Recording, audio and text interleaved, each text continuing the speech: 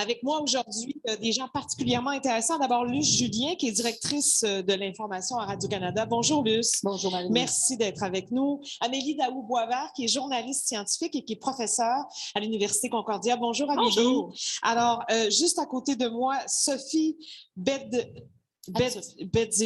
voilà. Est-ce que j'ai... Oui, merci. Alors, Sophie, vous êtes conseillère en prévention de la radicalisation. Évidemment, l'angle que nous allons explorer avec vous aujourd'hui, c'est la radicalisation des gens à travers les médias. Absolument. Merci d'être avec nous. C'est particulièrement intéressant que vous soyez là.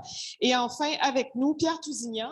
Pierre, vous êtes vice-président du secteur des communications de la FNCC. Oui, la Fédération nationale des communications et de la culture et accessoirement journaliste au départ. Accessoirement. Oui, vous depuis 98. Oui, c'est ça. Depuis 86, mais depuis 98 à Radio-Canada. Et j'ai eu Luce comme première patronne à la radio. C'est vrai? Oui. Ah, on a en commun d'avoir eu Luce comme patronne. C'est vrai. Oui, Ben, vous aussi, Amélie. Bon. Alors, Amélie, Luce est patronne depuis longtemps. Vous avez été à RDI aussi avant d'aller au Devoir, Luce, et de revenir à l'information de Radio-Canada depuis quelques années. Oui, je ne sais pas si je dois le dire, mais je suis patronne depuis 1997. C'est un état d'esprit. Et donc, je disais tout à l'heure que j'ai géré donc, la guerre en Afghanistan, la guerre en Irak et à peu près toutes les guerres depuis... Dont la guerre en Ukraine, bien sûr, qui vous occupe beaucoup. Vous avez trois équipes qui sont déployées à l'heure actuelle, Luce. En ce moment, oui. Oui, c'est du 7 jours sur 7 pour vous. Est-ce que vous dormez? Est-ce que je dors? Pas tant de ça ces temps-ci, mais c'est pas seulement la guerre en Ukraine. C'est toutes sortes de choses, mais je vais bien. Merci beaucoup à tous et à toutes d'être avec nous aujourd'hui. Alors, évidemment, l'objectif de cette conversation, c'est de parler de cette érosion qui est rapportée par certaines études depuis quelques années de la confiance des téléspectateurs, des lecteurs, des habitués du web envers les médias d'information. Je sais, Luce et Amélie, ainsi que Sophie, vous avez eu accès à certaines études. Certaines sont plus accablantes que d'autres. Il y a la fameuse étude Edelman qui est beaucoup publicisée pour toutes sortes de raisons. C'est une grande firme de relations publiques qui fait des études à chaque année sur la fameuse confiance envers les médias. Amélie, il y a d'autres études qui existent aussi. Si on prend le pouls de cette fameuse érosion, qu'est-ce qu'on peut dire? En fait, ce qu'on voit, les indicateurs qu'on a, c'est que la pandémie a plutôt augmenté la confiance envers les médias, mais tout en radicalisant une certaine frange, peut-être un 7% de la population qui, elle, n'a pas du tout confiance et se méfie. Donc, ces gens-là vont être durs à rattraper. On ne veut juste pas que les rangs se grossissent, disons. Là, il va falloir faire des efforts du côté des médias pour pas que ça passe à 7, à 10, à 12 et éventuellement davantage.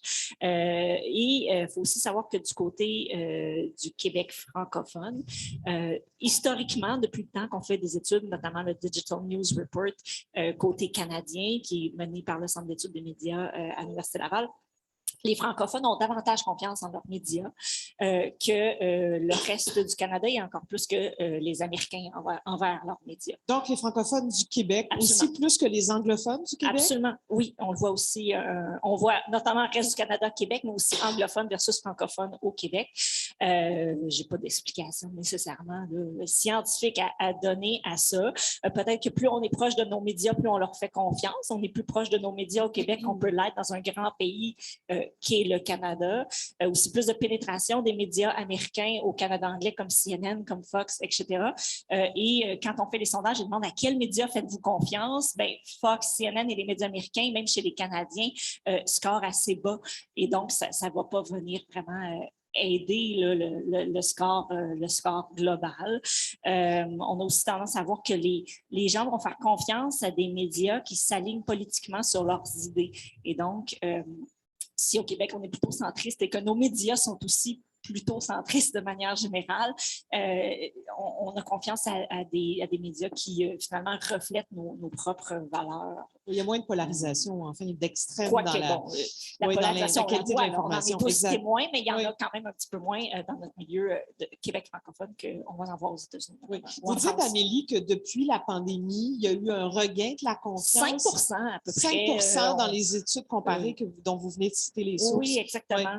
Puis il y a quand même quelque chose comme 67-70% des Québécois qui font assez confiance, très ou assez confiance aux médias traditionnels. Là. Donc, puis après ça, on a une frange qui font un peu confiance, puis comme je dis, un 7% qui, eux, pas du tout, et qui sont très méfiants. Oui, on verra si effectivement, au cours de cette conversation-là, il y a moyen de les récupérer. 67 qui font confiance, ça fait quand même plus de 35 là, près de 35 qui ne font pas confiance. Il y a une tranche, c'est pas qu'ils ne font pas confiance, disons qu'ils ne sont même pas au niveau très ou assez, ils sont à un peu ou parfois.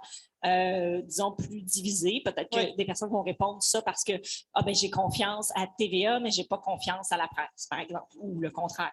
J'ai eu une expérience avec un reportage que je n'ai pas aimé qui a brisé ma confiance, mais de manière générale, je vais quand même avoir confiance à d'autres médias, donc ils ne sont pas prêts à rejeter les médias d'emblée, donc ils vont avoir une réponse plus nuancée à ce moment-là. Ce n'est pas nécessairement irrécupérable ou même mauvais. D'être critique envers les médias, moi, je trouve que ça peut être une qualité chez la population qu'on va aller rechercher. Donc, c'est un constat relativement positif, Amélie, si on vous entend bien. Luce et Pierre, vous avez dit tous les deux l'étendue de votre expérience. Qu'est-ce qui a changé, Luce Julien, depuis, disons, votre première entrée en poste comme patronne de l'information? On parle de 1997, ça fait 25 ans, là. Est-ce que c'était différent il y a 25 ans? C'est dur d'entendre 25 ans. C'est l'expérience. Qu'est-ce qui a changé par rapport à la pratique ou qu'est-ce qui a changé par rapport à... Si on parle de cette confiance qui se serait érodée, comment vous êtes à même de vous en apercevoir, de le constater? Ce qui serait intéressant, c'est que moi, je n'ai pas vu d'études quelle était la confiance il y a 25 ans. On parlait très, très, très peu de cela. Cela dit, on sait que les journalistes, tout comme les avocats, n'ont jamais eu un niveau de confiance très, très élevé de la part de la population. Ça, c'est très, très clair. Ça, c'est documenté. Parmi les professions que tu aimes ou que tu aimes moins, les journalistes arrivent très souvent avec les avocats dans les professions les moins appréciées. Alors, je ne suis pas capable parce que je suis une journaliste puis je veux évidemment utiliser des faits, vraiment expliquer puis comparer il y a 25 ans, j'en sais rien, à moins que vous connaissiez des études. Quel est votre prénom déjà? Sophie. Anne-Sophie, pardon. Anne-Sophie, je ne sais pas s'il y a des études à cet égard-là depuis 20 ans, 25 ans, ou Amélie, je serais curieuse. C'est plus récent, c'est peut-être plus 10 ans. Là, Il y a beaucoup d'études. Après, je partage vraiment ta réponse, mais je nuancerais, c'est que la polarisation n'est pas généralisée, donc c'est pour ça que le constat peut quand même être positif, mais elle est très forte. Et en fait, ce qui s'est passé avec la pandémie, c'est que ce n'est pas la pandémie qui a créé la méfiance, voire la défiance envers les médias, c'était déjà présent. Et ça peut se raccorder aussi avec une certaine forme aussi de méfiance à l'égard des autorités politiques, un petit peu de désengagement des citoyens, on va moins voter parce qu'on considère que finalement ça va servir à rien. Ça commence où, cette méfiance-là? Ça dépend des contextes, mais c'est vrai qu'en Occident, de manière générale, on observe depuis 10-15 ans qu'il y a un petit peu ce désengagement. Et vraiment, c'est assez généralisé, ce n'est pas uniquement un fait qui concerne des populations qui sont déjà dans des parcours de polarisation, qui sont déjà dans des postures extrémistes. Ça peut vraiment tous, à un moment donné, se dire « est-ce que finalement… mon devoir de citoyen va servir à quelque chose. » Et donc, de manière un peu concomitante, il y a cette méfiance envers les médias et qui fait que ça se polarise de plus en plus. Et la pandémie a vraiment exacerbé tout ça très, très fortement. Et c'est là qu'on a observé depuis 2 ans vraiment à des niveaux individuels des personnes qui se polarisent, qui se radicalisent, que ce soit au niveau des idéologies extrêmes, par exemple de l'extrême droite. Tu parlais tout à l'heure de l'influence des médias américains. Il y a eu aussi l'influence du rapport aux médias aux États-Unis qui s'est comporté au Québec.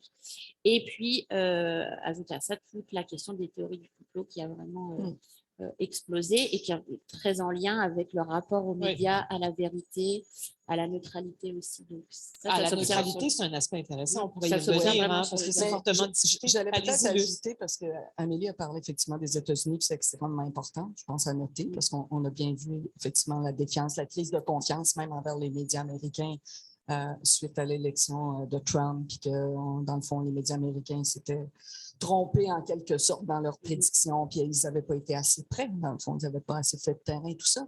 Mais moi, ce que je trouve très intéressant qu'il faut regarder, c'est tout le phénomène des Gilets jaunes. Si on parle de la France, la défiance, et je n'ai pas les chiffres vraiment récents, là, le Digital News Report va sortir, il sort en juin habituellement, mais moi, j'ai beaucoup lu sur le phénomène des Gilets jaunes et de la crise de confiance envers les médias français. C'était quelque chose. Les Gilets jaunes s'en sont pris vraiment littéralement en BFM, etc., etc. Il y a eu des prises de bec, mais le niveau de confiance est encore plus bas des Français à l'endroit des médias que les Américains.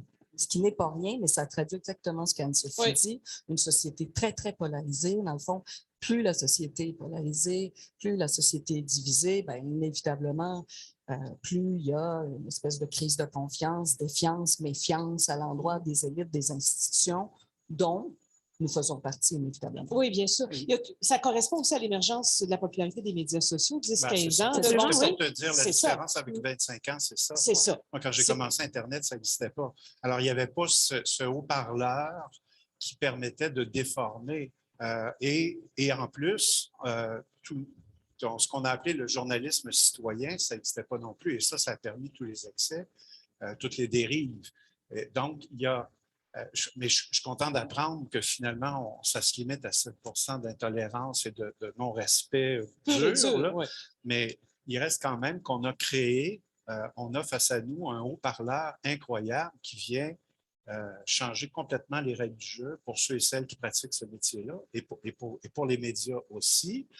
Et puis là, dans un deuxième temps, il y a eu l'impact financier que ces médias, ces plateformes-là ont sur les revenus des médias. Je pense qu'il y a presque 400 journaux qui ont disparu au Canada depuis quelques années. Oui. Donc, la pandémie est un révélateur, je pense, de l'ampleur que la radicalisation peut prendre, en tout cas que les phénomènes de radicalisation peuvent prendre en utilisant ce genre de courroie de transmission-là qui sont les médias sociaux. Absolument. Puis d'autres façons aussi d'adhérer ou de consommer de l'information. C'est votre spécialité, Anne-Sophie. Évidemment, quand on consomme l'information via Internet, via YouTube, par exemple, on pourrait peut-être expliquer comment le procédé fait en sorte que quand on croit que la Terre est plate, par exemple, on trouve tous les exemples possibles aussi. Oui, et en fait, ce qui s'est passé, c'est que les réseaux sociaux ont offert une manière un peu de personnaliser la manière dont on s'informe. Donc, d'un côté, c'était peut-être positif parce qu'on allait effectivement avoir accès à plus d'informations, mais ça a eu comme impact justement de permettre à n'importe qui justement de créer du contenu. Et l'exemple de YouTube est frappant dans le parcours à l'adhésion au discours de radicalisation, au discours extrémiste et aux théories du complot. Donc, il y a évidemment toute une série de chaînes YouTube qui existent encore, alors qui sont plus ou moins désactivées, mais qui continuent, avec des personnes qui se présentent comme journalistes alternatifs ou historiens, vulgarisateurs, et qui vont développer des analyses sur des faits historiques ou d'actualité, mais avec évidemment le filtre complotiste. L'enjeu, effectivement, ce n'est pas tant les théories du complot de manière générale, parce que les platistes, donc les personnes qui pensent que la Terre est plate, évidemment, c'est une forme d'absurdité du point de vue de la science, mais il n'y a pas de réel impact sur la sécurité publique de penser que la Terre est plate. Par contre, quand on pense que le Covid n'existe pas, donc ça va avoir comme conséquence des personnes qui n'ont pas appliquer les mesures sanitaires, donc se mettre en danger, mettre en danger les autres. Et on peut aller plus loin aussi, penser, croire à la théorie du grand remplacement, c'est aller évidemment après justifier des discours haineux. Donc il y a des théories du complot et un rapport à l'information qui a clairement des impacts et des conséquences sur la sécurité, la stabilité citoyenne, et après toute une série de discours complotistes qui sont évidemment tout aussi farfelus, mais qui ne vont pas avoir justement cette dangerosité. Ouais. Et donc, les réseaux sociaux ont pris cette brèche-là, se sont servis justement de la défiance, un peu d'un désengagement des citoyens. Et sur les réseaux sociaux, il y a soit à des niveaux individuels des personnes, des trolls, des internautes qui vont se jouer de ça, et aussi plus largement les groupes extrémistes qui vont nourrir ce discours anti-média. Et notamment parce qu'il est payant en ligne. Et bien sûr. Et après, justement, appuyer encore plus sur le rapport aux élites, scientifiques, journalistiques, politiques, et ça va venir vraiment polariser encore plus. Et c'est un très bon exemple, les Gilets jaunes, parce que ça s'est vraiment observé. Les médias étaient conçus comme des haut-parleurs du pouvoir. Donc, il y avait même plus, même pour par exemple France 2, qui est la télévision publique, il y avait cette défiance-là.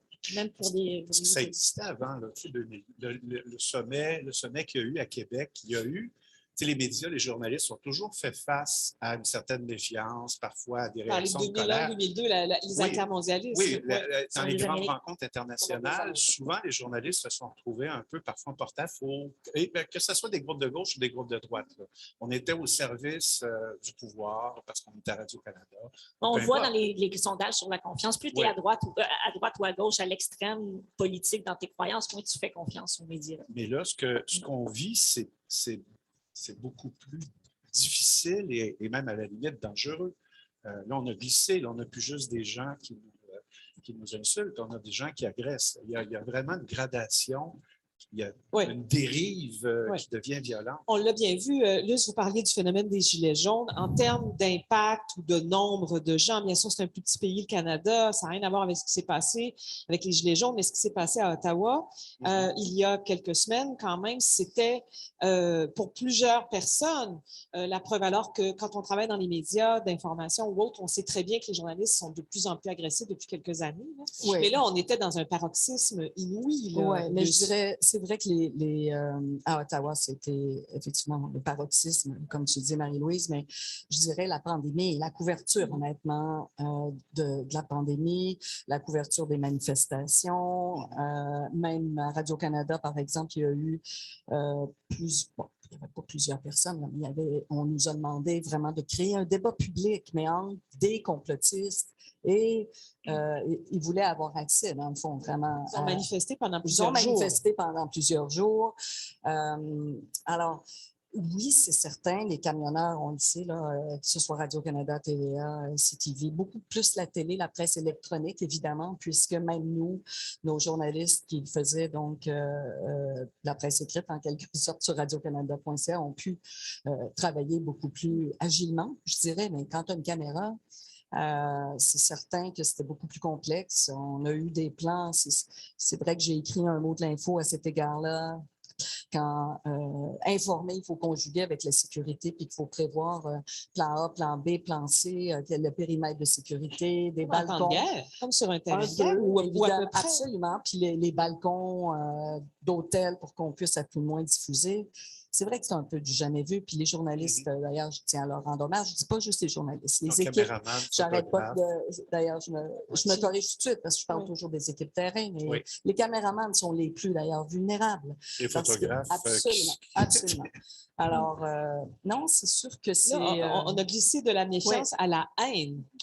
Oui, à l'hostilité, certainement, et dans certains cas, oui, mais quand des journalistes se font clasher dessus. Ben, au point que les étudiants peuvent même avoir peur de leurs premières expériences terrain. Donc, moi, j'enseigne le journalisme, mais donc, on veut qu'ils aillent sur le terrain, sinon tu n'apprendras pas le journalisme. Puis, il faut de plus en plus les pousser là, à notre ère du Zoom, à aller sur le terrain parce que on a été habitués dans les 2 dernières années à être beaucoup à faire des entrevues en ligne, etc. Donc, on les pousse à aller sur le terrain. Puis, ils expriment une peur, mais si je vais à une manifestation, est-ce qu'il va m'arriver quelque chose? Parce qu'ils ont vu, ils voient les menaces sur les réseaux sociaux que des journalistes professionnels reçoivent ou les clips viraux qu'on a pu voir de journalistes qui se sont fait agresser parfois en direct. Et donc, on doit penser à enseigner aussi comment se comporter en sécurité comme journaliste, mais d'aller quand même sur le terrain. Parce que de ne plus aller sur le terrain, c'est de ne plus faire ton métier. Donc, on doit y aller. Et comment on fait pour ne pas se mettre en danger, puis aussi pour l'apprendre quand on est un jeune journaliste. Oui. Mais jeunes journalistes, ne croyez pas que ce n'est pas un beau métier parce qu'on décrit en ce moment un portrait très noir. Non, mais ils reviennent tellement enthousiastes. Et ça me préoccupe beaucoup parce que c'est un métier extraordinaire, passionnant et tout. Les organisations, les entreprises de presse se sont organisées, réagissent. Il y a quand même des mesures. Puis les journalistes aussi, les caméramans. Je pense que la plupart, et les artisans, en tout cas les journalistes et les caméramans, et je pense aussi aux photographes de la presse écrite, ne sont pas nécessairement les mieux placés pour se protéger parce qu'ils ont envie. Il y a comme un peu comme le chien de chasse qui sent. Bon, c'est important d'avoir en arrière, je pense que les organisations de presse l'ont développé, d'avoir des gens qui ont un peu plus de recul, qui sont capables d'apprécier le danger et d'organiser la sécurité pour que le travail se fasse parce que la finalité, c'est qu'il faut couvrir. Oui, c'est dur de couvrir quand on doit se protéger. C'est deux choses qui sont assez presque contradictoires. Anne-Sophie, vous qui observez comment s'articule la radicalisation, quand on parle de haine envers les médias d'information, comment ça s'exprime? Ça s'exprime dans le discours déjà. Donc sur les réseaux sociaux, même dans les médias traditionnels, il va y avoir des acteurs des médias traditionnels qui vont plus ou moins, alors c'est paradoxal, intervenir sur les plateaux télé et s'auto-critiquer ou critiquer le collègue. Donc ça, Qu'est-ce que vous voulez dire? ça peut arriver. Il y a certains, en fait, on parle de personnes qui vont bénéficier d'un statut parce qu'ils ont été auparavant journalistes, auparavant dans la sphère politique ou dans la sphère académique, et qui interviennent plus ou moins dans les médias à titre de chroniqueurs, par exemple, ou d'experts, et qui vont aussi, en filigrane, tenir un discours un peu anti-média ou décomplexer. On a, par exemple, quelqu'un que vous connaissez bien et qui est très présent dans les médias en France, Mathieu Bocoté, qui va un petit peu être dans ce type de paradoxe. Donc, Pensons à Éric Zemmour qui est en pleine campagne électorale. Éric Zemmour, Souvenons-nous tous de la scène là, qui est devenue virale où il visitait un salon et qu'il a pris une arme. C'était pire qu'une mitraillette et qu'il a visé les journalistes, par exemple. Lui-même qui se réclame en fait dans sa biographie officielle comme un journaliste. Comme un journaliste, et il l'a été factuellement. Donc ça, on a ça déjà. Donc les récepteurs, les personnes qui regardent d'analyse vont dire s'il le fait, je peux le faire aussi. L'exemple concret, par exemple, c'est quand Donald Trump se mettait à qualifier le virus de la COVID comme virus chinois. Beaucoup de personnes se sont senties très à l'aise de le dire et partaient du principe que si le président des États-Unis tient ce type de propos, je peux moi aussi le faire. Donc, il y a déjà ce premier facteur. Ensuite, les groupes radicaux qui vont sur les réseaux sociaux entretenir le discours anti-média et encourager la violence envers les journalistes. Donc, que ce soit du cyberharcèlement, effectivement, pendant qu'un journaliste fait un direct, il va y avoir des agressions, de l'hostilité, jusqu'à un moment où c'est complètement décomplexé, ça devient presque une norme. J'ai l'impression que même c'est une stratégie de manifestation. C'est ce qu'on a cru comprendre à Ottawa. Il y a des journalistes qui disaient ça, qu'ils étaient en train de se rendre compte, parce que j'en ai interviewé certains qui étaient présents à Ottawa, des collègues de Radio-Canada, de TVA, qui voyaient ça comme une stratégie de manifestation, d'attaquer les journalistes. Bien sûr, parce que le journaliste, dans ces contextes-là, symbolise le pouvoir, l'élite, la bien-pensance, la doxa. Donc, face à une situation de très forte polarisation, il y a le nous contre eux. Il n'y a plus de capacité de débat, de remise en question. Et comme tu disais tout à l'heure, effectivement, il faut questionner les médias. Toute information qui nous parvient, c'est important. C'est même à encourager le doute. Mais là, c'est tellement tout ce qui ne se raccorde pas à l'idéologie est nécessairement un ennemi. Donc, on va venir justifier la menace, l'hostilité, voire s'en prendre physiquement. Classé, notre collègue de Toronto, Luce, racontait que quand il était en direct à Radio-Canada, il y avait des manifestants qui étaient en direct pendant qu'il était en direct via Facebook. C'est des moyens qui n'existaient pas auparavant. On y revient. Évidemment, tout le monde peut être un média. Et il s'employait à dire exactement le contraire de ce que Sébastien racontait. C'est un exemple. Certains médias alternatifs qui nous tournent, on le sait. Il y a certains médias de droite plus particulièrement qui tournent, effectivement, les journalistes pendant qu'ils sont en direct. Mais c'est sûr qu'on parle quand même d'une frange. Là, on parle de l'extrême. Je pense que c'est important de replacer ça quand même dans son contexte. Je pense pas que... puis Amélie, tu le disais tout à l'heure, tu parlais de 7 %, mais cette crise de confiance-là touche quand même pas l'ensemble de la population. Là, on a vécu effectivement une crise très particulière, qui est la pandémie très visible, les gens qui étaient opposés aux mesures sanitaires et tout ça. Puis c'est vrai qu'on parle c'est important de dire, du harcèlement sur le terrain, mais le harcèlement en ligne est excessivement difficile à vivre pour les journalistes. Je pense entre autres de notre côté l'équipe des décrypteurs. Pendant la pandémie, un Jeff Yates, par exemple. Se fait harceler. En ligne, régulièrement, c'est excessivement difficile. L'équipe des décrypteurs a été ciblée. Décortiquer les fausses nouvelles, c'est une posture particulièrement difficile.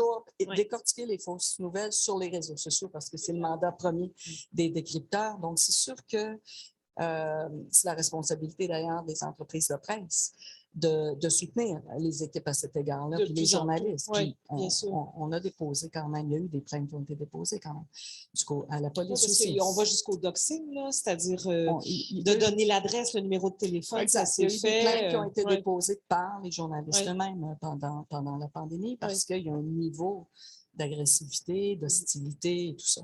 Mais quand même, je veux revenir au fait que c'est une c'est une frange de la Sur cette population et que c'est pas tout le monde qui ne croit plus dans les Mais médias. c'est néanmoins un enjeu parce que même si c'est une minorité, on a vu que selon les contextes, les crises, ça exacerbe. Donc, cette minorité-là, elle reste une minorité, mais si d'autres crises se passent, politiques, sanitaires, économiques, ben, ça peut potentiellement augmenter. Donc, nous, dans notre mandat de prévention, on accorde vraiment une attention particulière, surtout au niveau individuel, parce qu'on voit aussi que la pandémie a polariser des personnes, pas seulement dans la dynamique de groupe, des personnes qui au début n'avaient pas du tout de méfiance particulière, mais qui se sont laissées envahir même dans mon cercle d'amis, j'ai vu des gens qui se sont mis à dire qu'ils se méfiaient des médias, et c'est des gens éduqués, là. On ne parle pas nécessairement. Donc, effectivement, la pandémie, bien qu'elle ait eu un effet de regain de confiance, étonnamment, mais au début, comme les abonnés du New York Times se sont multipliés après l'élection de Donald Trump aux États-Unis. On a vu les gens se tourner vers les médias traditionnels, même des gens qui avaient complètement décroché du câble, par exemple, et des nouvelles en continu, parce que, bon, on était devant l'inconnu, tout le monde avait besoin d'informations. Mais la pandémie s'étant étirée, bien, la fatigue est arrivée, une fatigue émotionnelle et financière aussi pour d'autres, le chômage, les difficultés personnelles, toutes sortes de situations difficiles. Ce que je trouve intéressant de tes chiffres, c'est que de façon générale, on a l'impression qu'en situation de crise, les gens vont se tourner vers les médias traditionnels auxquels peut-être ils font moins confiance de façon régulière, mais des émissions comme les années dernières, entre autres, ont connu des codes record. Tout à fait. Parce qu'on sait beaucoup, on a beaucoup expliqué. Alors, j'ai l'impression qu'en situation de crise, la tendance, c'est de moteur de recherche à Radio-Canada qui puis je pense qu'on pourrait... Mais la Radio-Canada, je peux te permettre, vraiment, les codes d'écoute ont été fabuleuses pour la plupart des émissions. Les gens se sont tournés vers la radio. Quelques années, la radio a été vraiment, effectivement, un refuge. C'est vraiment documenté. Oui. Toutes les plateformes de Radio-Canada, que ce soit radiocanada.ca, que ce soit la radio, que ce soit ici. Il y a eu un regain. Mais ces gens-là qui... Très important. Ça, c'est bien. Ces gens-là sont moins visibles, qui sont contents du travail des médias et qui les suivent et qui... par contre, par exemple, on parlait d'écripteurs, j'ai une connaissance qui me disait « J'écoute toutes les émissions parce qu'à chaque fois que je suis en contact avec des proches qui tendent vers le conspirationnisme, j'ai enfin des arguments et quelque chose à dire. Exact. Mais ça, c'est quelque chose que l'équipe ne va pas recevoir nécessairement comme compliment, ce n'est pas visible. » Ça, c'est vrai. Oui. Si vous avez des questions, vous levez la main, vous pouvez participer à cette discussion avec nous, certainement. Bon, allons-y dans un regard critique par rapport à notre travail. Et comme vous, j'en fais partie, des médias. Est-ce qu'il y a des choses... Vous parliez de l'élection de Donald Trump. Moi, j'ai fait beaucoup d'entrevues dans le cadre de la série Métiers journalistes avec des collègues, Luce, et on a fait cet exercice critique-là parce que on se souvient très bien que très peu d'observateurs, des politologues, par exemple, ont vu cette élection-là venir. Bon, il y a eu un examen de conscience. Est-ce que le terrain ne s'est pas assez fait aux États-Unis, par exemple? Est-ce que, Pierre, tiens, il y a des choses que les médias d'information pourraient faire pour améliorer là? Est-ce qu'on peut être critique? Est-ce qu'il y a quelque chose dans la façon dont on a de travailler qui explique cette radicalisation au-delà des médias sociaux, au-delà de la capacité qui est nouvelle des gens de s'informer par eux-mêmes et de se convaincre par eux-mêmes des biais idéologiques qu'ils ont? Est-ce que cette élite que nous formons s'est éloignée des gens, d'une certaine façon, qui nous écoutent, qui nous regardent, qui nous lisent? J'ai l'impression, probablement, qu'il y a et tu l'as mentionné, il y a plus de terrain à faire.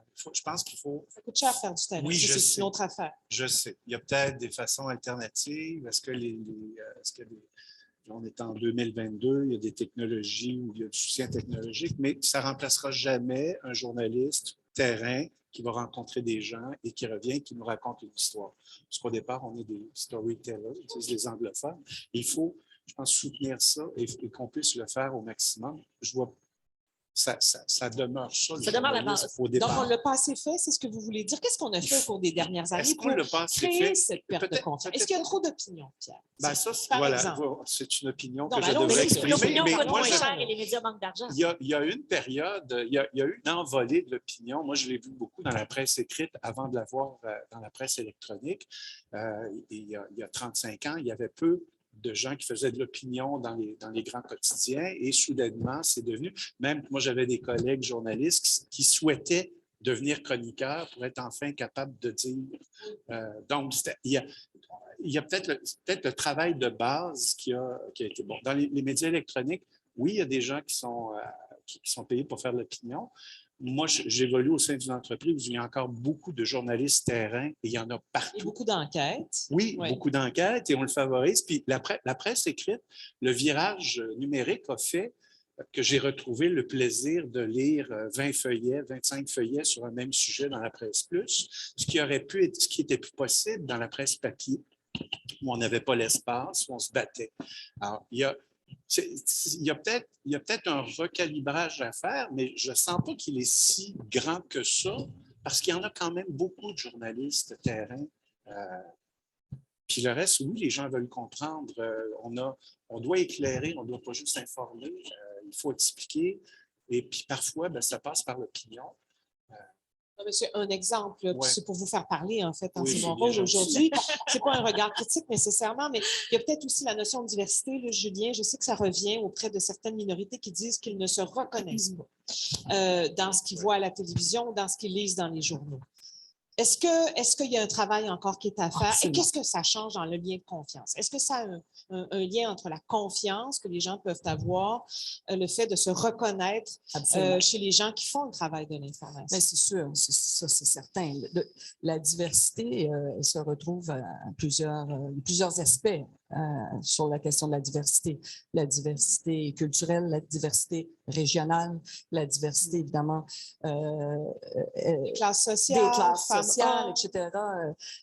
Souvent en boutade, je disais aux équipes à la réunion d'affectation, si on a à parler par exemple du registre des armes à feu, est-ce qu'on est obligé d'aller chercher celui qui est contre de l'Alberta quand on sait très bien qu'en Beauce, tu peux avoir des chasseurs qui sont aussi contre le registre des armes à feu. Donc, Sortir des clichés. La diversité de points de vue, puis ça c'est très critiqué parce que moi, je vois encore des photographies de panels. Bon, cette semaine, il était question d'avortement, bien sûr. Et là, je voyais dans les médias, puis je trouve ça très, très correct aussi qu'on en parle, puis qu'on pointe du doigt juste des gars qui parlent de droit à l'avortement. C'est un exemple qui est flagrant, là. Absolument. Mais moi, je comprends qu'il y a des c'est le femmes panel qui se disent, régulier de cette émission-là. Et ce panel-là est peu diversifié. Voilà. Donc, on revient au même problème. Pourquoi on regarderait ça, tu sais, quand on est une femme, par exemple? C'est une bonne question. Ou même quand on est un gars intéressé.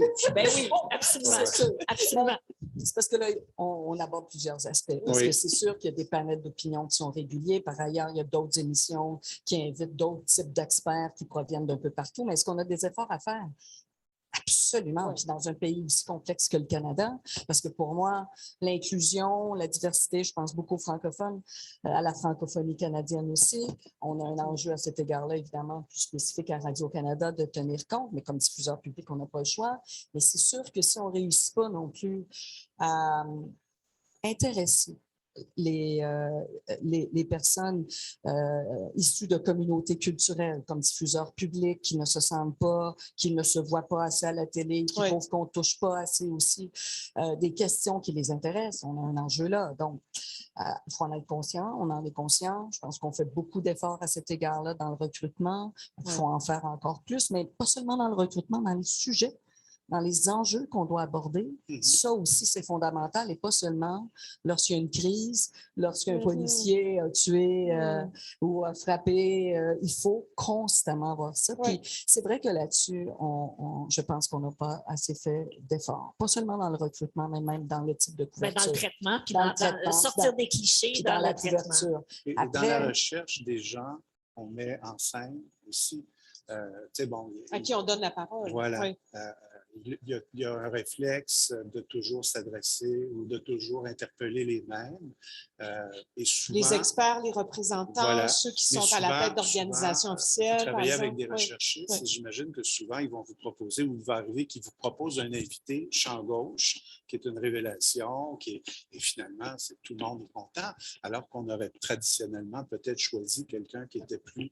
Bon, alors, il y a peut-être... Est-ce que c'est pas nécessairement de la paresse, il y a une rapidité aussi du travail à faire qui fait qu'on va plus facilement se tourner vers les connus. Mais je pense qu'il y a un effort d'aller mettre en scène des gens qui ont peut-être d'autres points de vue, d'autres regards, ou auxquels on ne penserait pas. Ça prend un effort conscient. Les équipes que je connais qui ont réussi à diversifier leur panel d'experts ou leurs invités, ils avaient réellement un tableau où ils notaient qui ils invitent et est-ce qu'on atteint nos objectifs, que ce soit dans un média public comme Radio-Canada ou dans des médias privés. Parce que si on pense que ça va se faire de manière magique, bien, ça n'arrivera pas. C'est une contrainte, j'ai l'impression, avec laquelle il y a plus de pression dans les médias publics que dans les médias privés. Bien sûr, à cause de J'en ai l'impression. Mais oui, c'est la normal. mission. C'est normal. Oui, c'est tout à fait normal. Les attentes sont plus élevées. Les attentes des citoyens sont plus élevées, c'est normal. Bien sûr. C'est à nous, effectivement. Anne-Sophie, en quoi il se compose le discours de la méfiance? Qu'est-ce qui les rend méfiants, les gens? Si on va dans la critique qu'on doit faire du travail médiatique. Mais déjà, je vais vous dire un diagnostic un peu moins sévère parce que vous avez du travail à faire, mais il y a aussi des forces qui pèsent sur vous et vous n'avez pas de contrôle dessus, qui sont des forces idéologiques. Alors, ça peut être les États, les groupes, les individus. Donc ça, malheureusement, vous en êtes pas les victimes, mais en tous les cas, ça fait partie historiquement dès qu'il y a une polarisation, dès lors que les États deviennent plus autoritaires, la première cible, c'est les médias, parce que c'est le contre-pouvoir, c'est justement l'analyse du discours politique. Donc, ça va être du point de vue de ceux qui cherchent justement à imposer un modèle idéologique, une menace. Donc, il y a déjà cette force-là qui va peser. Ensuite, sur le niveau, des niveaux plus individuels, il y a justement la question de la représentativité des personnes qui vont développer une méfiance parce qu'ils vont considérer qu'on voit toujours les mêmes, que ce soit les panels d'experts, que c'est des journalistes qui sont là depuis 30-40 ans et qu'il n'y a pas de nouvelles têtes aussi. Ça, c'est des choses qu'on peut entendre. Donc, il y a un décrochage et donc on va aller consommer de l'information sur les réseaux sociaux ou sur des réseaux sociaux alternatifs. Donc, ça va développer le discours puis la radicalité. Et l'autre point aussi, c'est que ça s'accompagne d'un rapport à la connaissance qui devient de plus en plus problématique. Ce qui va se passer, c'est que les médias traditionnels essaient justement d'offrir le plus possible des analyses très diverses, mais faire attention aussi à quel discours, quelle visibilité on donne à tel ou tel discours. Justement, c'est les hyper discours intéressant parce que la pandémie a vraiment exorcisé ça. C'est ça. Et donc, on voit que quand des personnes sont dans des parcours de polarisation, ils vont considérer que c'est une atteinte à la liberté d'expression. Et donc, c'est ça qui motive d'aller sur des plateformes non modérées, justement, parce qu'ils vont pouvoir diffuser ou consulter du contenu qu'ils vont considérer comme... C'est pour ça que dans le contexte de l'attaque du Capitole, il y a eu cette plateforme Parler qui avait eu un très grand succès parce que, justement, elle avançait cet argument-là, que les médias traditionnels non seulement ne ressemblent pas à l'opinion dominante, mais proposent un discours formaté et qu'en plus, ils sont dans une stratégie d'aller museler certaines paroles parce que... Donc, tout ça fait... ce sont des forces externes, mais qui sont extrêmement puissantes sur les médias et puis sur les citoyens eux-mêmes parce que chez certaines personnes, il y a des vulnérabilités qui vont les rendre plus enclins à pratiquer, enfin, en tout cas, consommer de l'information de cette manière. C'est un écueil intéressant, celui de la liberté d'expression. Prenons l'exemple de la pandémie. Encore une fois, Julien, vous parliez de ces manifestants qui se sont amenés devant la tour de Radio-Canada. Ils étaient effectivement très peu nombreux, mais ils étaient persistants quand même. Ils étaient là tous les jours. Tous les jours. Très tôt le matin, très tard le J'étais soir. près de ma voiture, puis à chaque fois, je me disais, oh, c'est bon, ils ne me reconnaissent pas.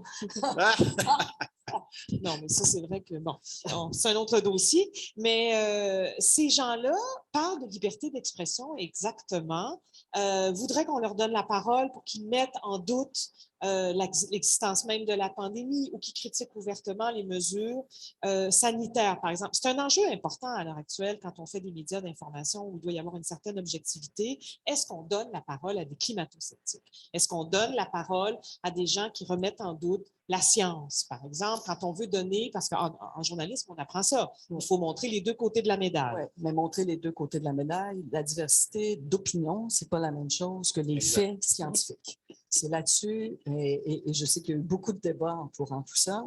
Pour moi, c'est limpide.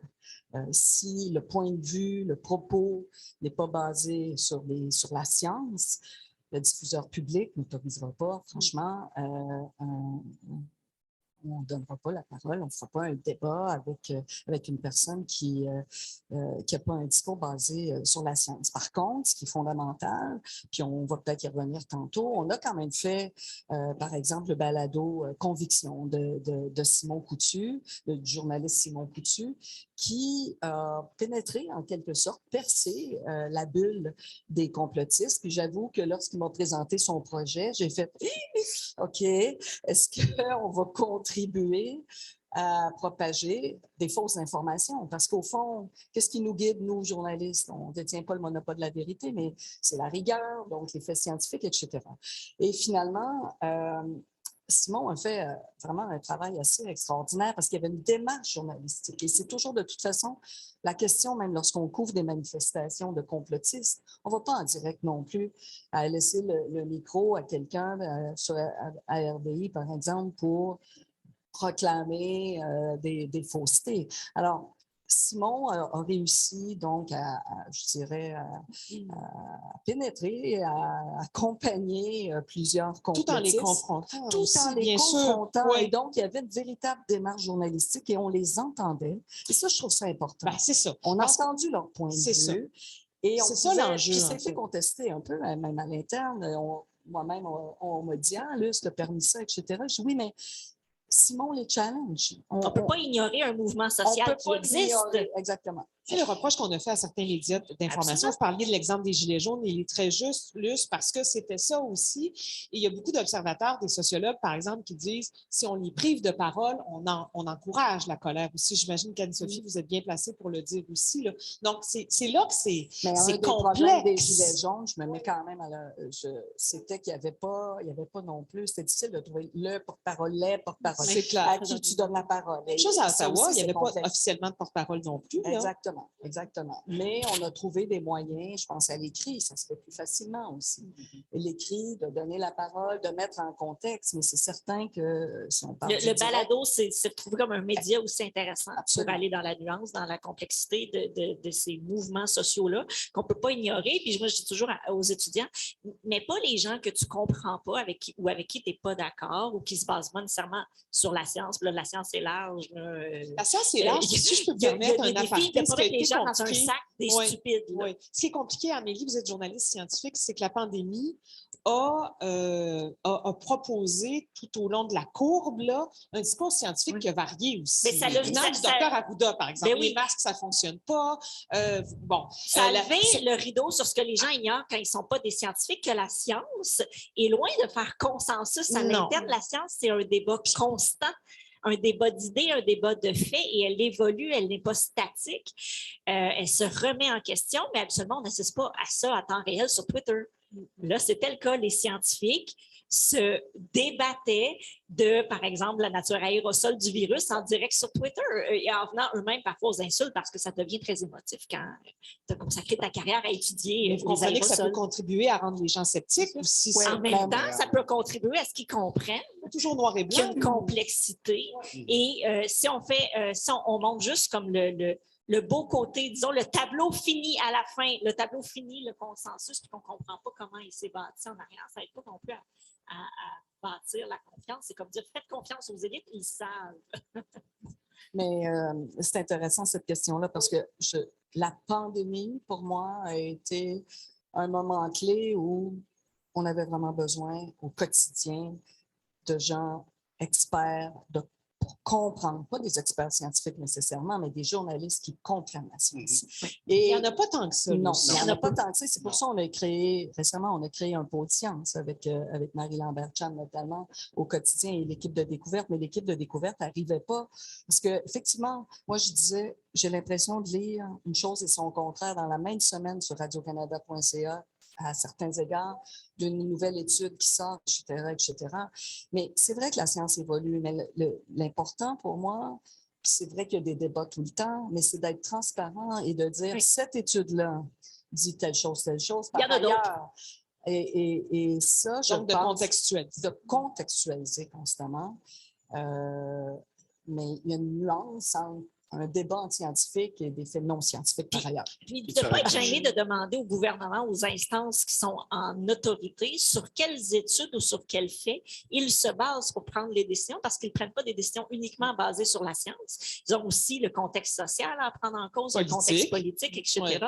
Et donc, les journalistes, je pense, au cours de la pandémie, ont appris à poser ces questions-là, puis à aller plus loin, puis à dire oui, mais je pense à Thomas Gerbet, notamment, à dire oui, mais sur quoi vous vous basiez là, pour le couvre-feu, pour ça?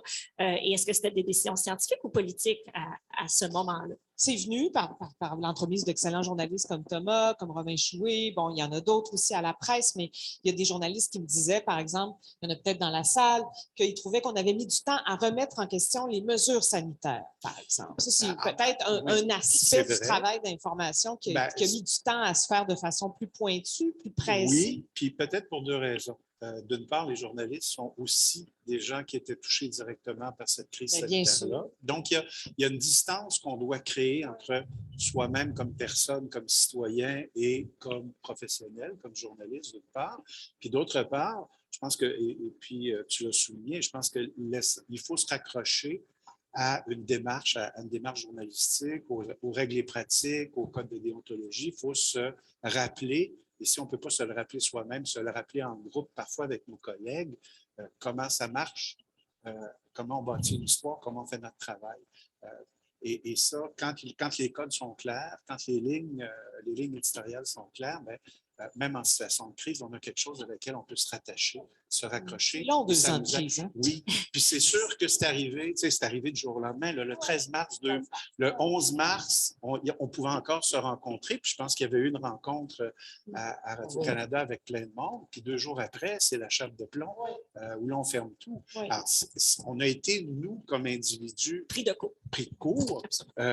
Et concernés, c'est rare que les journalistes trouvent une crise qui les concerne directement dans leur vie privée aussi. Ça change la donne, hein, certainement. Absolument, absolument. Et à la fois, toute la question, en fait, tous les journalistes, comme tous les citoyens, ont eu à vivre à la fois les grands-parents ou le père, la mère ou, qui ne pouvaient pas aller visiter, et aussi dans leur propre travail. Le télétravail a été quelque chose aussi dans notre cas, il y a quand même eu beaucoup de gens qui étaient au travail parce que tu ne peux pas faire d'infos en continu à la télé notamment, mais je pense aux salles de rédaction de la presse, du Devoir, qui ont été en télétravail presque complètement et qui commencent graduellement à regagner les salles de presse. Hein?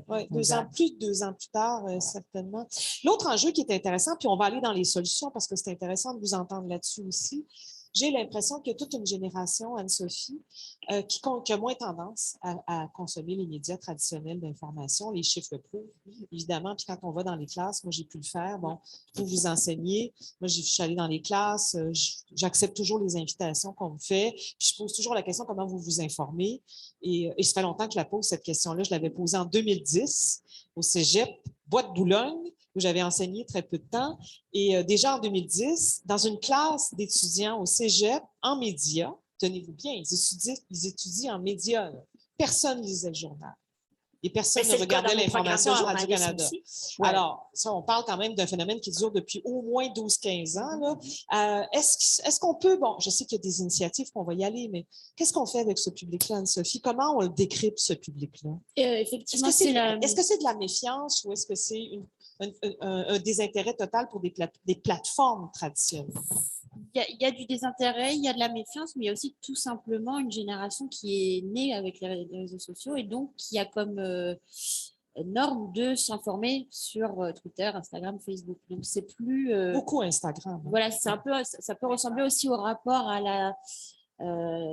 les plus jeunes vont consommer des émissions sur Internet plus que de regarder les émissions à la télévision. Il y a comme un petit peu un basculement et c'est un petit peu ce même rapport. Il y a effectivement de la méfiance quand ça va être des adolescents, jeunes Pourquoi adultes. ils se méfient? Alors, sur les questions de représentation, la télé ne me ressemble pas, les médias non plus, donc je préfère consommer sur mon fil d'actualité qui va plus correspondre à qui Beaucoup de je suis. YouTubers aussi. Il y a évidemment aussi, quand il y a déjà potentiellement un peu de polarisation, d'être forcément un peu en en opposition avec ce que le média traditionnel propose. Donc, on va préférer les réseaux sociaux alternatifs pour ça. Mais ce qu'il y a de plus flagrant, c'est qu'on vient très souvent dans les écoles justement pour faire des ateliers de sensibilisation sur la polarisation, la radicalisation, et à chaque fois, on rappelle les bons réflexes sur les réseaux sociaux. Ce qui se passe, c'est que c'est une génération qui, évidemment, s'informe sur les réseaux, socialise sur les réseaux, mais tellement c'est quelque chose de naturel qu'ils vont commencer à ne plus s'en méfier et considérer que toute information qui circule est vraie. Donc, ils vont la repartager. Et donc, petit à petit, ça va venir nourrir des vulnérabilités qui pourraient les conduire à se polariser. Donc, pour les solutions, c'est évidemment toujours maintenir le dialogue. Je ferai juste un petit retour quand vous disiez, est-ce qu'on donne la parole ou non à des personnes qui tiennent des propos complotistes, etc. Tant et aussi longtemps que ce discours est déconstruit en même temps ou par la suite, je pense que c'est important parce que ce qui se passe, c'est que les personnes qui sont déjà dans une crise de représentation, si on muselle certains discours, ça va l'accentuer. Or, si on donne la parole à quelqu'un qui tient des propos complotistes, où on traite sa question du complotisme, mais qu'on la déconstruit, qu'on engage le dialogue et qu'on essaie à des niveaux individuels, scientifiques de... Est-ce que ça se peut? Est-ce que c'est un dialogue dessus? Pas du tout. C'est quelque chose sur laquelle on travaille beaucoup au CPRFV en accompagnement. On engage le dialogue avec des personnes qui adhèrent aux théories du complot et on vient petit à petit déconstruire et en fait réactiver la capacité de doute. C'est des personnes en fait qui doutent au début, ont des questionnements sur des choses, sur l'actualité, sur des crises politiques qui se passent, comme nous tous, mais qui, pour des raisons plus personnelles, selon des contextes, des vulnérabilités, basculent dans la méfiance exacerbée. Donc, adhérer à des théories du complot ou justifier des discours très haineux ou très violents. Donc, ce qu'il faut, c'est le plus possible maintenir le contact, que ce soit évidemment des organismes comme nous parce que c'est notre mandat, mais je pense que du point de vue des médias, on peut parler du complotisme, on peut parler de certaines idéologies problématiques, mais tant que c'est déconstruit, que c'est expliqué, contextualisé, ça fonctionne et ça permet d'éviter le fait que des personnes vont se dire, bah, regardez, on peut exclure. Voilà. Et je me permets juste de terminer pour les plus jeunes, bah, c'est toujours faire de l'éducation, de la sensibilisation à ce que les réseaux sociaux, malheureusement, peuvent contenir comme risque. Ben, c'est comment s'informer, hein? C'est Ouais. la base. C'est la base, mais à on quelle source on observe. peut faire confiance? Bon, Un peu de lumière par rapport à ça, Oui, quand même. Oui, Récemment, bien sûr. récemment, Radio-Canada a fait une étude auprès des 18-34 ans. Ça m'a encouragée. Ça, c'est la fameuse tranche d'âge. Non, mais 18-34, là, je ne la segmente pas, 18-25 ans. Et bon, évidemment, on parle de près 50% de cette tranche d'âge-là qui s'intéressent à l'information. Bon, alors, 25% qui sont accros, 25% qui s'informent ponctuellement. Et lorsqu'on parle de réseaux sociaux, et vous allez voir, c'est pour ça que je dis un petit peu de lumière, réseaux sociaux, c'est aussi le Facebook de Radio-Canada, l'Instagram de Radio-Canada, de RAD, c'est aussi le Twitter de Radio-Canada. Donc, il ne faut pas démoniser complètement les réseaux sociaux. Nous avons à rejoindre tous les publics. C'est notre responsabilité d'être là partout. Et ce qui est intéressant, c'est que cette étude-là démontre que, donc, pour les 50% intéressés, ils font davantage confiance aux médias traditionnels.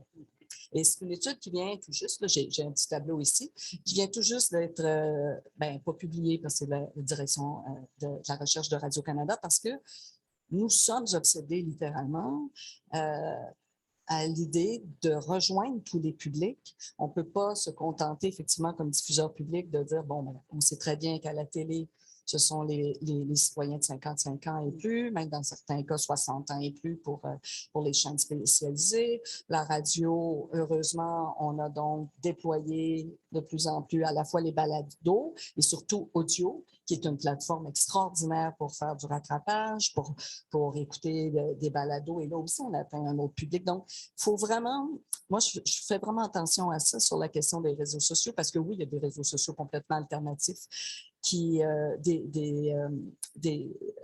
médias alternatifs plutôt qui sont sur des réseaux sociaux qui ne sont pas fiables. Mais les médias traditionnels doivent être doivent occuper utiliser. l'espace. Il Ah, il faut faut. occuper C'est l'espace. une question hyper intéressante. Puis en même temps, bon, il y a tout. Et là, on dériverait, mais il faut quand même peut-être l'intégrer dans la conversation. Oui, il faut occuper l'espace. On est tous d'accord.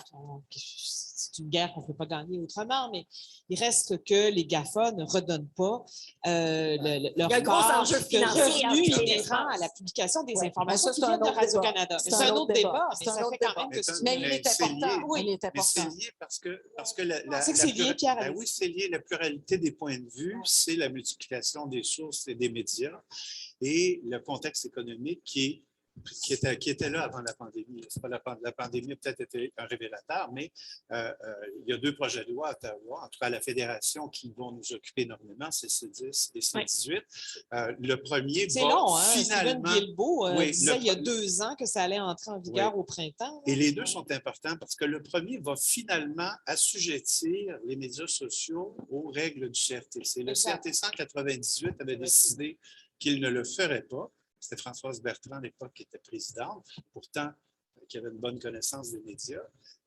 Et ça a donné ce qu'on vit aujourd'hui. Là, bon, j'ai hâte de voir parce que souvent c'est dans les règlements que ça se joue. On verra quel pouvoir on va donner de façon effective au CRTC pour qu'il puisse sévir. Parce que Oui. c'est vrai que c'est un enjeu. Ça, c'est la partie de l'enjeu qui concerne la qualité et la relation de confiance. C'est qu'ils Voilà. ne sont pas soumis aux mêmes Exact. règles éthiques que les médias Exact. traditionnels. Et Donc, c'est true for all. Et C18 est aussi important parce qu'il va venir corriger l'aspect économique, le déséquilibre économique, puis des déséquilibres avec que des majuscules. Ça a coûté l'essentiel des revenus publicitaires sont rendus là.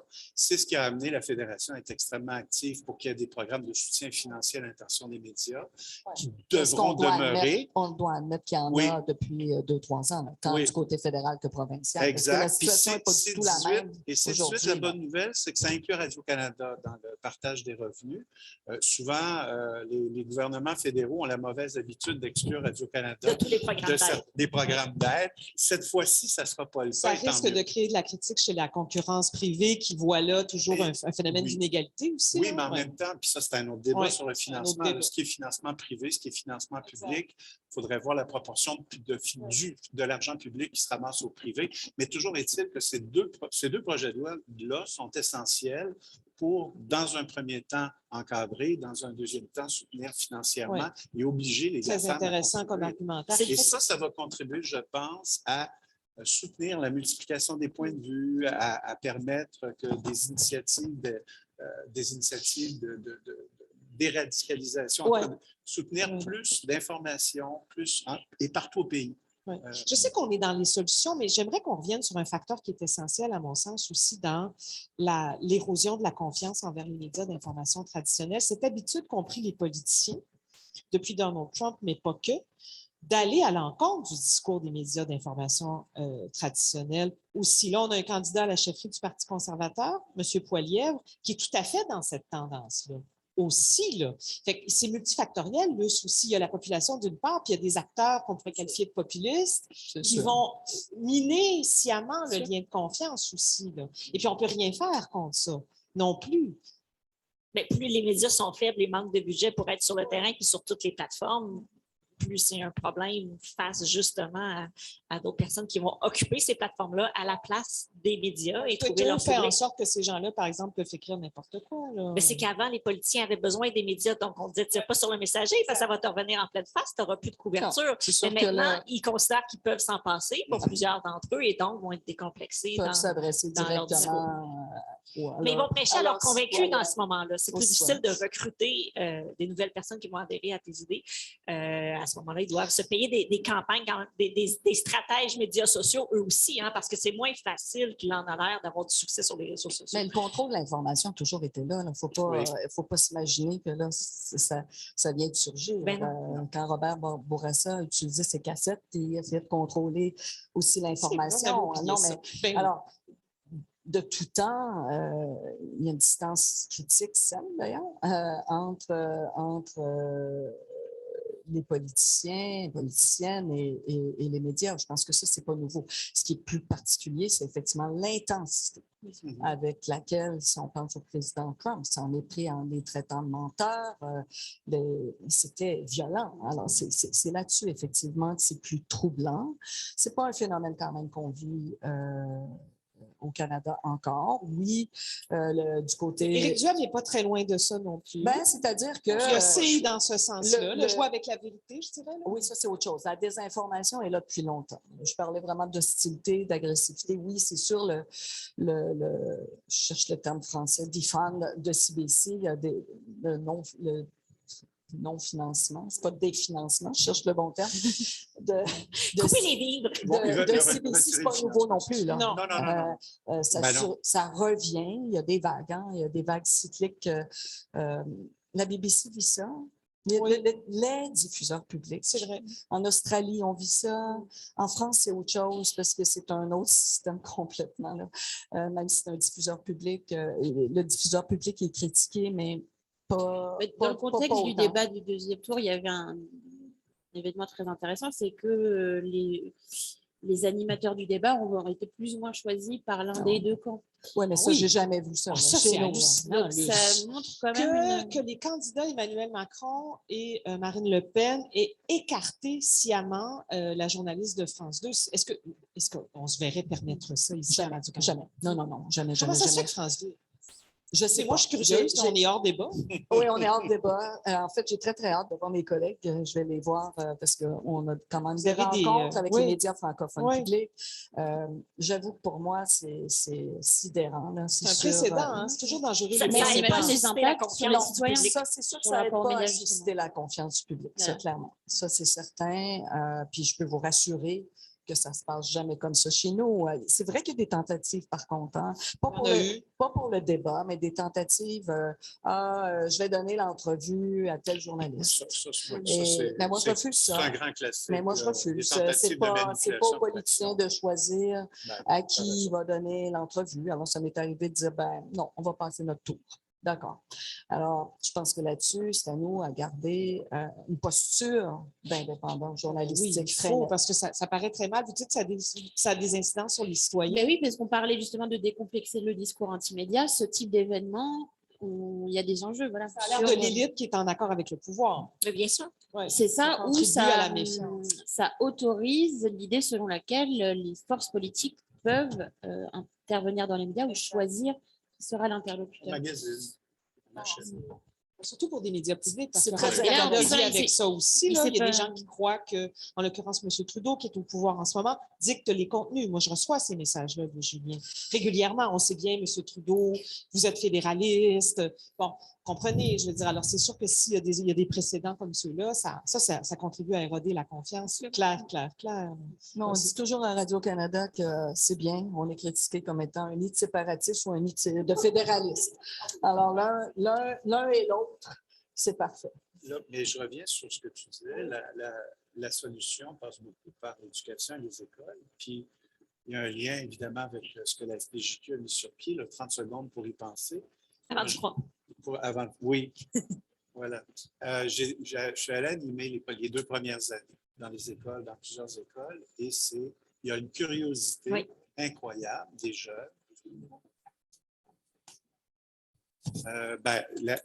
C'est du prêt à diffuser. C'est très bien fait d'ailleurs. On a des petits PowerPoint à présenter aux jeunes. C'est il y a un extraordinaire. soutien informatique. J'avoue que la première fois, j'ai eu une chance que le prof connaissait son matériel, parce que moi, je viens de la radio, puis la technologie, c'est pas très, mais il y a le matériel est très vivant. Beaucoup d'illustrations, des vidéos, des trucs repris sur YouTube. Une vidéo, entre autres, qui était un grand succès à chaque fois. C'est un montage où un aigle kidnappe un bébé naissant dans un parc. Évidemment, tout ça est faux, mais c'est tellement bien fait qu'on y croit. Et c'est d'ailleurs l'objectif de cette présentation-là. Voilà, absolument. De se questionner et de déconstruire aussi comment on travaille pour accrocher les gens, que l'émotion, on veut créer des émotions parce que l'émotion va nous faire réagir, l'émotion va nous raccrocher.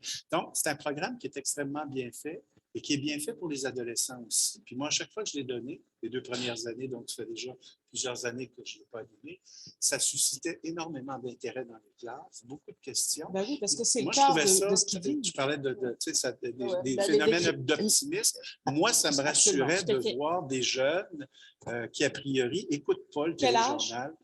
secondaire 4, secondaire 3, donc peut-être 14 Ouais, ans, 5, 15 maintenant ans, au cégep 16 ans. C'est mettons la frange de 14 à 16 ans, de voir des jeunes qui n'écoutent pas les téléjournaux à la télé, qui écoutent peu la radio parler. Et là, soudainement, de voir que malgré tout ça, ça les intéresse, l'information. Puis, il y a des choses, il y avait des manchettes qu'ils connaissaient, qui raccrochaient. Et là, oui, ça, je comprends. Puis, à la fin, beaucoup de questions. Donc, moi, ça me rassure un peu. Ça faisait, c'est une petite. Le problème n'est pas l'intérêt. Non. Non. Puis il y a plus de 30 000 jeunes, je pense, à peu près, là, qui ont reçu ces formations-là jusqu'à maintenant. J'en ai fait quelques-unes aussi, même pendant la pandémie. C'est la chance d'être en contact avec un journaliste pour la première fois de leur vie, la plupart du temps, puis de dire, ah, c'est des vrais humains, des vraies personnes, puis là, de pouvoir poser leurs questions, puis c'est toujours une manière, puis ça rejoint la diversité, parce que c'était dans une classe, puis il y a des jeunes issus de la diversité ou qui viennent de communautés où il n'y a pas de journalistes dans leur famille, de dire, ah, ben c'est un métier que je pourrais faire. Donc, tu ouvres une porte aussi là, à diversifier les médias par l'éducation, puis aussi, ben, écrivez-moi si vous avez des questions sur les médias, ça va me faire plaisir de vous répondre, donc de briser l'isolement, puis d'entamer un dialogue avec les jeunes. Là. Évidemment. On a une question, c'est une bénédiction. Pas trop démoniser le fait prendre. qu'ils ne lisent pas les journaux. Moi, je suis devenue journaliste, puis je ne lisais pas le journal avant de rentrer dans un programme de journalisme. Bon, mon père t'abonnait à Paris Match, mais ça, c'est une autre histoire. Mais je connais tout sur la royauté. Monsieur?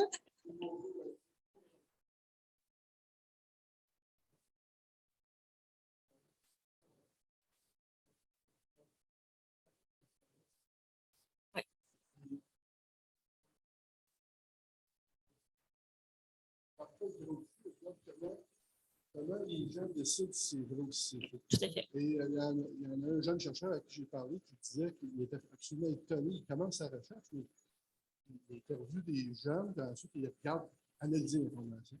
Et il a découvert des critères qui n'étaient même pas dans la littérature, c'est-à-dire qu'il examine l'information, comment il valide? Bien, il valide en regardant les commentaires.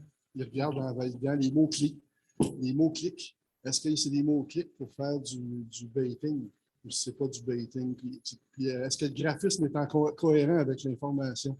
C'est des choses qui n'existent même pas dans la littérature, mais qui sont dans le processus. C'est fascinant parce que c'est vraiment à la fine pointe de comment les gens analysent l'information pour déterminer si c'est vrai ou si c'est faux. Très intéressant. C'est pas une question, c'est vraiment. Oui, ben oui, c'est intéressant. Alors, si on est dans les solutions, prenons le 7 qu'Amélie avait identifié, Anne-Sophie, comme étant des gens qui sont purement convaincus que les médias d'information traditionnels sont le diable, je résume très grossièrement. Leur manque, en tout cas. Oui, en tout cas, qu'on ne peut absolument pas leur faire confiance. Est-ce qu'il y a une façon d'aller chercher ces gens-là? Bon, déjà, ce n'est pas parce qu'une personne est extrêmement méfiante envers les médias que nécessairement elle est en situation de radicalisation. Pas forcément. Par contre, ça peut être un comportement inquiétant dans un contexte de radicalisation, ça va quand même s'accompagner par ça. Donc, c'est renforcer le dialogue et surtout activer ce qu'on appelle, nous, dans notre jargon, des facteurs de protection, donc des éléments positifs de la vie des individus qui vont permettre justement... parce qu'en fait, ce qui se passe, c'est que par rapport au rapport à l'information dans des contextes de crise, comme on prend la pandémie par exemple, il y a l'anxiété que ça cause et la perte de contrôle justement sur notre quotidien qu'on a tous plus ou moins vécu. Mais très très vite, au bout peut-être de la première semaine, on a activé nos facteurs de protection pour aller de l'avant et se dire, bon, bah, c'est un sale moment à passer, on ne savait pas que ça allait durer 2 ans, mais on n'a pas basculé, on a fait... Je pense qu'on ne le savait pas. On ne savait pas, mais chez certaines personnes, ce climat anxiogène de peur, de perte de contrôle est plus difficile à vivre et donc du coup, c'est compliqué pour eux de se rabattre justement sur des éléments positifs, donc les sphères de vie, le travail, les proches. Et donc, c'est comme ça que la méfiance qui était déjà un peu présente va s'exacerber et face à justement ce qui se passe, c'est que la théorie du complot rassure face à des événements exceptionnels. J'ajouterai un élément, c'est que dans le rapport à la science, c'est que les personnes se sont dit, mais comment ça se fait que la science n'a pas prévu une telle pandémie? C'est que nécessairement la science dis des bêtises. Donc, il y a un rapport très économique. La science doit tout de suite donner les résultats. Il faut que ces résultats soient définitifs, qu'il n'y a pas justement Et ce que tu efficace. disais, efficace, le débat, la nuance, l'hypothèse. Cherche des solutions contre-hypothèse, rapides. rapide. Et donc, effectivement, comme il y avait, est-ce que le masque, c'est efficace ou non, 2 mètres, 1 mètre, etc. Beaucoup de personnes se sont dit, ben, j'avais bien raison de commencer à m'en méfier. Et la théorie du complot donne, ça rassure de se dire que c'est un virus inventé. Plus que de se dire, bah, ça arrive une fois par siècle, une pandémie. C'est pas quelque chose en plus qui est nouveau du point de vue historique, mais ça aide à avancer face à des événements inédits qui causent de l'anxiété. Donc, je suis allée un petit peu loin, mais c'était pour bien saisir comment ça fonctionne. Donc, il faut activer les facteurs de protection qui permettent de justement dire les médias, c'est justement un facteur de protection pour bien comprendre ce qui se passe, pour savoir si je dois rester à 2 mètres de mon ami ou à 1 mètre, quand je dois mettre le masque ou pas, les vaccins, etc. Et de comprendre le contexte, la crise. Parce qu'en fait, ce qui se passe, c'est qu'on cherche de l'information face à quelque chose en plus dont on n'est absolument pas expert. Je ne sais pas comment techniquement fonctionne un vaccin, mais ce n'est pas le problème. Je sais que j'ai confiance dans la science et les médias qui vont m'informer de quel vaccin va fonctionner, etc. Donc, il faut reconstruire ce lien de confiance-là et faire en sorte que toutes les vulnérabilités dans la vie des individus se transforment en protection pour justement éviter de donner d'attractivité aux théories du complot ou aux discours extrêmes qui vont nourrir ces discours-là ou nourrir un discours anti-média ou inciter justement à avoir de l'hostilité envers les journalistes ou vers d'autres personnes. Hein. On l'a vu, comment les actes contre les personnes d'origine asiatique se sont développés. Absolument. Parce que là aussi, il y avait potentiellement avant déjà des stéréotypes face à cette communauté et la pandémie l'a exacerbé. Les personnes ont vraiment été touchées par ça. Donc, c'est renforcer ce qu'on appelle les facteurs de protection, les éléments positifs. Ça peut être du point de vue psychologique, du point de vue relationnel, personnel. Et ça, c'est le travail que vous faites au travers de l'organisation pour laquelle vous travaillez, mais comment les médias traditionnels? Lui, Julien, c'est une patronne de l'information. Ben justement, là où vous avez du contrôle, Oui. vous, c'est la confiance entre le récepteur et le média, la déconstruction des discours complotistes, donc continuer tout le mandat décrypteurs, c'est très important. Et aussi très important. Les décrypteurs, traquer la désinformation, c'est pas suffisant, mais il faut continuer. Mais d'ailleurs, c'est sans jugement, sans condescendance. Ça, pour moi, c'est extrêmement important. Aller sur le terrain, on l'a dit tout à l'heure, mais à la rencontre de tous, ça reste fondamental. Je dirais aussi, puis je le redis, rejoindre tous les publics, donc différents formats pour que la marque, parce que moi, que les jeunes n'écoutent pas le téléjournal, c'est pas une catastrophe pour moi. L'important, c'est que la marque de Radio-Canada, la marque de rigueur, peu importe, t'écoutes RAD, t'écoutes Carbone, l'important, c'est que l'information rigoureuse réussisse à atteindre... Se frayer un chemin. À se frayer un chemin, exactement. Et je dirais aussi l'effort qu'on doit faire, nous, puis les jeunes, ça ressort aussi dans le sondage dont je parlais tout à l'heure, toucher des sujets qui les intéressent davantage. Par exemple, l'environnement, évidemment. Donc, on a décidé, nous, de créer un pôle. J'ai vu que le Devoir a fait la même chose. Un pôle sciences-environnement beaucoup plus fort. C'est fondamental. Les jeunes sont extrêmement intéressés par ces questions-là. Donc, il faut créer, je dirais, vraiment systématiquement couvrir l'environnement. On le fait, mais il faut le faire encore plus. Les questions autochtones, par exemple, c'est fascinant. Je voyais dans une dernière étude, l'espace autochtone intéresse énormément ce public-là. Ouais. Il y a une augmentation, par exemple, vraiment de fréquentation du site d'espace autochtone et entre autres par la population 18-34 ans. Alors, au fond, c'est vraiment multifactoriel. Il faut faire notre travail, franchement.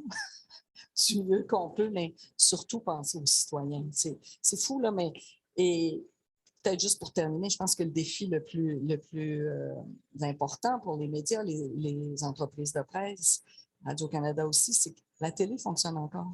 Il ne faut pas l'oublier. Je veux dire, les téléjournaux, les émissions d'affaires publiques, tout ça fonctionne bien. La radio fonctionne merveilleusement bien, que ce soit les émissions d'info ou c'est le plus vieux média, hein, il a bien survécu.